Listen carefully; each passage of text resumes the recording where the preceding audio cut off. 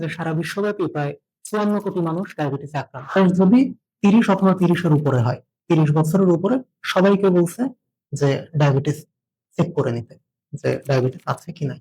অ্যাটলাসে এটাও প্রকাশ করেছে বাংলাদেশে 2021 সাল নাগাদ ডায়াবেটিসে আক্রান্ত মানুষের সংখ্যা প্রায় 1,30,00,000। প্যানক্রিয়াসের বিটা সেলটা একবারই নষ্ট হয়ে যেতে পারে। তো যখনই প্যানক্রিয়াসের বিটা সেলটা নষ্ট হয়ে যাচ্ছে, ইনসুলিন আসতেছে কিন্তু ইনসুলিন কাজ করতে পারতেছে না।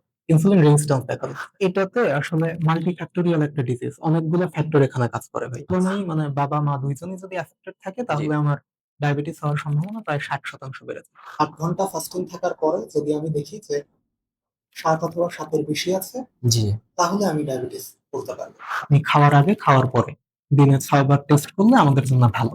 তার কতটুকু ওষুধ দরকার বা কতটুকু টাইট্রেশন করা দরকার, এই জন্য আমরা তাদেরকে গ্লুকোমিটারটা দিতে বলি, যাতে মনিটরিংটা ঠিকভাবে হয়।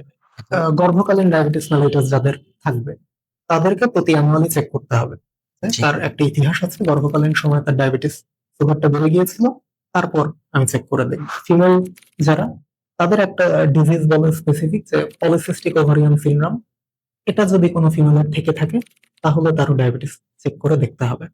এবং যারা ডায়াবেটিক রোগী আছেন তাদের ব্যাপারে যদি কিছু বলতেন, কিভাবে ওনারা চিকিৎসাটা নেবেন।